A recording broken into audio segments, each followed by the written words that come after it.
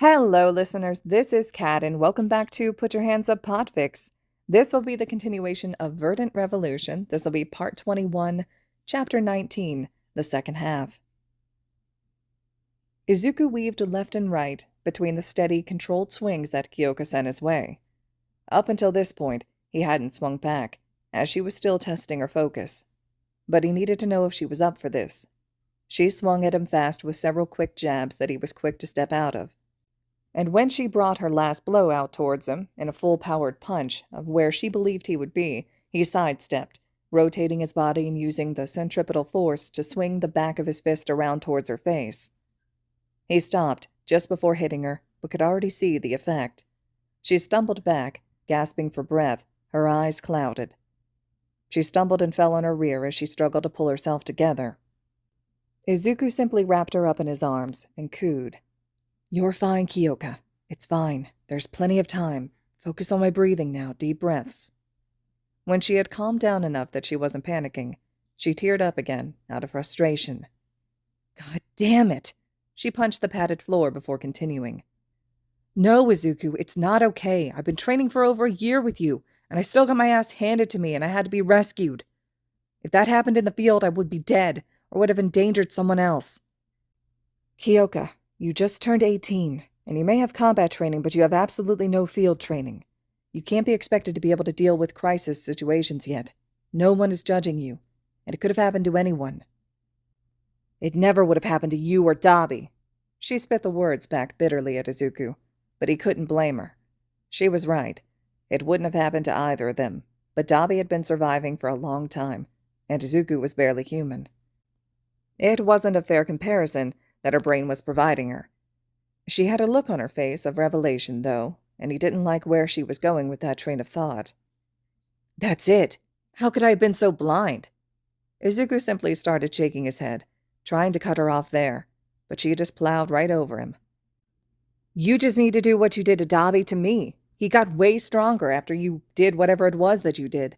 He can even land the occasional blow on you when he spars with you." "No, absolutely not."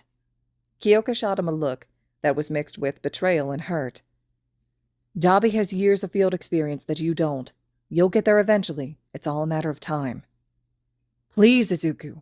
She grabbed onto his shoulders and shook him. "I won't screw up again, and you wouldn't have to worry about me getting into trouble." "I don't worry about you getting into trouble, because I know that by the time we're through UA, that you'll have the field experience to handle yourself. You didn't screw up, Kyoka. You did nothing wrong. You were simply the victim of a crazy lunatic who ambushed you." "And what if I get ambushed again, huh? If you fix me, then I'll be able to deal with the situation." Kyoka had barely gotten the words out when Izuku shouted, and she jerked, fear trying to bubble up in her gut as she shoved the feeling down. "No!" Izuku winced when he heard how that came out, and once again softened his voice. "I'm sorry, Kyoka. I didn't mean to yell. You don't know what you're asking me to do to you. You aren't aware of what you're trying to give up. I don't need to fix you because there's nothing wrong with you. Please see that." Izuku sighed and reached up, wrapping his hands around Kyoka's on his shoulders.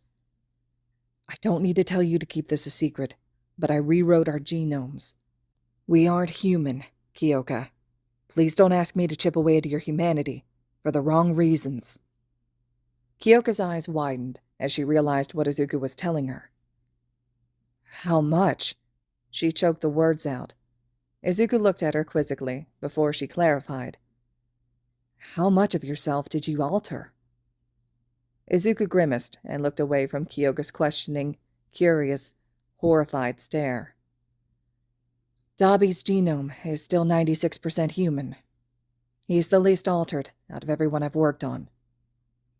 "Izuku, that's not what I asked." Izuku shook his head, taking a step away from her, into one of the many weapon racks around the room. "It doesn't matter, but I'll make you a deal. We have just over 10 months until the entrance exams. I'll start training you in weapons, though it is a bit early. We'll revisit this topic after you've made it into the hero course, and if you still feel like you need it, then and only then will we speak of this again." Izuku was walking back from their local grocer with the ingredients he would need to make their dinner. Himiko had surprised them by wanting to try jambalaya, and he was more than happy to oblige. as Cajun was a favorite of his. That being said, while they'd already had the shrimp and rice, he still had to go get sausage and a couple of spices. He was walking back to the headquarters and through the underpass, checking off items in his head to make sure that he'd gotten everything, when his instincts started screaming at him. Izuku threw himself forward into a roll and sprung up into a crouch, just in time to witness the manhole cover he had just been over fire out of its slot like an explosion had gone off. The gurgling sound of liquid trying to form words was enough to disgust anyone. A large invisibility cloak. I don't have time to find anyone else with that freak behind me. Just behave and let me control you for a bit, eh? As the sludge lunged at Izuku, he rattled off ideas in his head, time seeming to slow down. Knife? Can't see any vitals in the dark of this tunnel. Gun? Same issue. Brute force dispersal of liquid? Not elegant, but the best solution at the moment. Izuku placed one hand out, sliding into a low stance as he prepared to scatter the liquid that was charging towards him. Both sides froze in place when a boisterous laugh began to echo from the manhole cover. "Don't worry, young man, I'm here." Izuku had time to process that it was All Might that had come out of the hole when he realized his fist was cocked back. Oh hell, doesn't he realize that? The wind tore down the underpass, causing the liquid abomination to be splattered across the walls, and Izuku to get launched out of the other side of the makeshift cannon that was the wind tunnel of an underpass. Izuku skidded to a stop after several feet and could feel the scrape up his knee from the asphalt. He took a moment to check that his knee was regenerating and looked up to find that the #1 hero had found a bottle and, utilizing his speed, had shoved most of the villain into it. "I'm really sorry that you got involved in this, young man. I've been chasing this villain for some time, but almost lost him in the sewers around here." Izuku waved off the apology. It wasn't a big deal, and no one ended up hurt anyway. "What are you doing here in Musutafu anyway, All Might? Your office is in Tokyo." "Sorry, young man, but I can't answer that question. It's a secret for now, after all." Izuku could understand very well the need for secrecy in their line of work, so that answer didn't surprise him at all. "Now, young man, I must be going. I have to get this villain to the police, after all." Izuku frowned and his eyebrows pinched together. There were many things wrong here. Besides that, though, if he jumped with that bottle and secured it in his pocket, it was going to come out. Izuku reached into his grocery bag that had fallen to the side, pulling out some of the sausages and removing the twine from the butcher's packaging. All Might could use it to secure the top of the pocket over the bottle. Izuku placed his hand on the shoulder of the hero to suggest the course of action and was suddenly flying through the air while holding on to the #1 hero. "What are you doing, young man? Let me go." "You've got to be shitting me. Did he just suggest I let go of him while flying through the air? You know what? Let's see how he deals with his orders being followed." Izuku quirked an eyebrow and simply gave an "all right" before letting go and dropping towards the nearest rooftop. Izuku stood up with a groan as All Might landed beside his impact site on the rooftop. The man looked panicked, and that look definitely didn't abate when he watched Izuku pop his own shoulder back into its socket. "Are you crazy, young man? What if you had died?" Izuku gave the #1 hero a glare that told him he was having none of it. "Am I crazy? I should be asking you that, All Might. First, you have the situational awareness of a goddamn sloth, in which you don't realize you placed the bottle in your pocket in such a way that it'll fall out. Which, might I note, it has, and now you've lost the villain. And when I go to suggest you a solution, you damn near launch me into the stratosphere because you couldn't pay attention and realize someone had a hand on your shoulder." All Might took a nervous step back from the boy as he tore into him. "Then, when we're in the air, you give the order to let go because clearly that was a plan you'd thought out so well. What the hell were you thinking?" He took another step back and coughed. "Shit, I don't have any time left." Steam was beginning to pour off of him, and Midoriya hadn't missed the detail. "You're trying to force your big form, aren't you? That can't be healthy, so drop the act, All Might." "What?" All Might took a hard step back now into the edge of the roof before deflating, coughing, and spitting crimson all over the ground.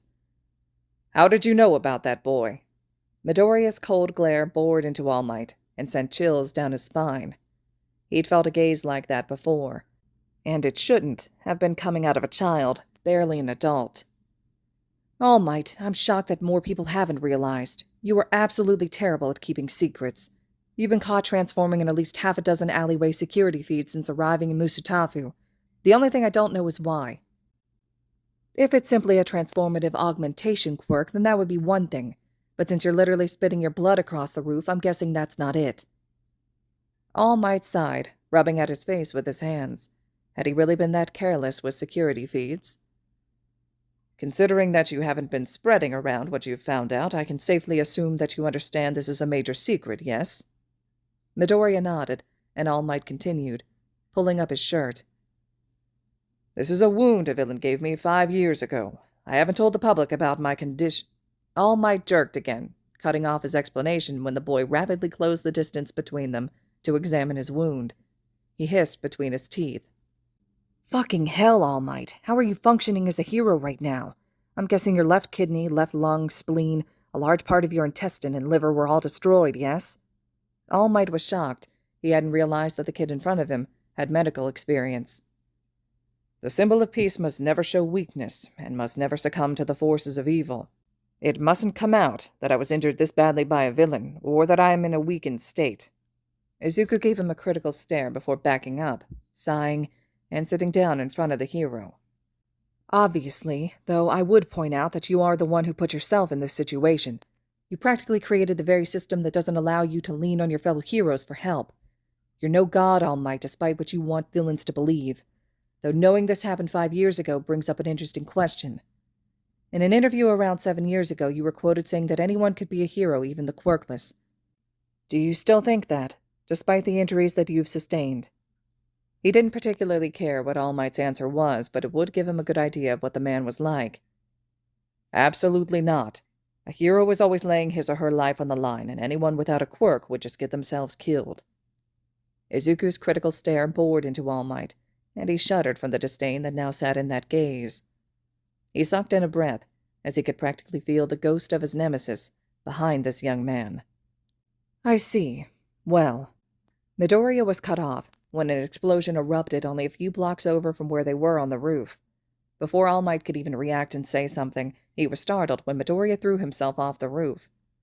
Just like when the kid let go of him in the air, his heart jumped into his throat, and he looked over the edge of the building just in time to see Midoriya hit the ground, roll, and sprint in the direction of the explosion, as if it was the child's job to run into danger. Izuku skidded to a stop at the wall of stupid, gawking citizens and tried to take stock of the situation. The slime villain had obviously escaped its temporary prison and taken a hostage. The buildings around them were on fire somehow and lighting the alley up, as if a phosphorus round had gone off. From what he could see, there were 4 heroes on the scene currently: Backdraft, Mount Lady, Kamui Woods, and his favorite hero, Death Arms. To his horror, none of them were doing anything to save the hostage, who was apparently struggling not to drown in the sludge. Izuku's mind went blank with white-hot rage at the 2 heroes standing there doing nothing, letting an innocent life be snuffed out. Fine, I'll deal with it myself. Izuku took off running towards one of the buildings to the right and jumped upwards, pushing off the wall and propelling himself over the crowd and over the line Mount Lady had desperately been trying to use to keep civilians back. The silver lining of all the fire was that Izuku could now see the sludge's vital organs in its translucent body. He sprinted at full speed towards the villain, drawing the K-bar that he kept in the small of his back. The hero shouted at him from the line to get back because obviously, if their useless asses hadn't been able to do anything, that meant that someone else couldn't. Izuku slid to a stop in front of the sludge before slamming his knife into what looked like a pancreas, causing a horrible gurgling scream to rip out throughout the alley. Pulling his other arm back, he slammed it into the sludge, grabbing the arm of the hostage and ripping them out of the slime, before tossing them back towards the hero line. The slime was pissed and reared back, preparing to crash into Izuku now that his hostage was gone. Izuku dropped into a low crouch, his knife once again running parallel to his arm, as he prepared to eviscerate the slime. Detroit Smash! The world once again exploded into a flurry of air pressure, as the slime villain was once again splattered against the walls. Rain began to fall on the audience, now in awe of the number one's sheer power. What the hell were you thinking, kid? You could have gotten yourself killed. You had absolutely no reason to rush headlong into danger like that. What would you have done if you'd gotten hurt? We should arrest you for vigilantism. Izuku's lips curled back at the 2 heroes that were taking turns chewing him out, but smiled a vicious, sharp smile when he looked past them and saw the media. He had a perfect way to deal with them. "Yeah, good luck with that, jackasses. I'm quirkless. The charges would never stick." Izuku strolled away from them and towards the media with a smile, fully aware of what he was about to do. The media shouted at him from all directions as he stepped in front of them. The quirkless wonder had been a favorite topic of theirs, and this would no doubt be great for their ratings. Izuku placed one hand up and waited for the media hounds to all quiet down. They knew the drill with him. He wasn't going to answer any question if they didn't at least have a shred of decorum. The heroes that still stood on the scene felt their jaws drop as they witnessed the media fall silent and raise their hands like well-behaved students.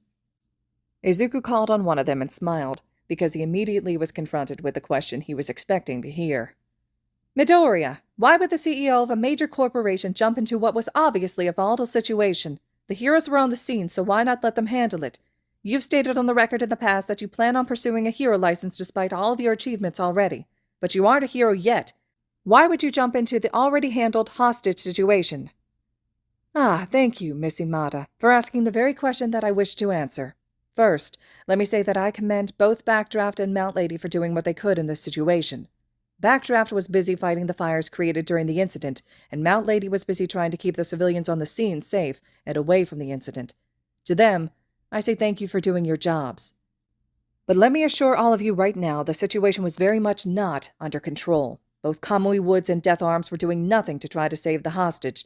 The hostage was suffocating and would have been dead by the time someone had acted if I hadn't stepped in. I'm sure they'll tell you later that they didn't have the quirks for it, that they were waiting for someone with a more well-suited quirk to arrive. Izuku looked around the sea of reporters who were hanging on his every word and scribbling rapidly into their notepads. Pardon my French, but that excuse is bullshit. As you have all been so quick to point out, I'm quirkless, yet despite being quirkless, I was able to both injure the villain and rescue the hostage. This is the second time I've been on the scene where Death Arms would have gotten a civilian killed had I not acted. A quirkless was of more use than two of the on-scene heroes. But what you did was dangerous. How can you justify the threat to yourself and to the hostage if you had failed? Izuku nodded along with the reporter's outburst before answering their question. You are right. What I did was dangerous, and I am in no way advocating for people to get in the way of professionals that are doing their jobs. But in this case, I had the training, the knowledge, and the ability to save a life, and that isn't something I'm ever going to be able to walk away from. The moment you become a police officer, a federal agent, a hero, you sign your life away. Until the day you retire, it is your duty, your obligation, your commitment and burden. You are the shield that stands between the innocent and those that would harm them. If sacrificing your life means that even one innocent person gets away from a horrible situation, if trading your life is what it takes to save another, then that is the contract that you made with the innocent by taking on the role of a hero. Everyone listening was enraptured by Izuku's words, and even many of the civilians that had stuck around to see All Might had gravitated towards him as he gave his speech. Izuku frowned now as his voice took on a darker tone, full of reprisal.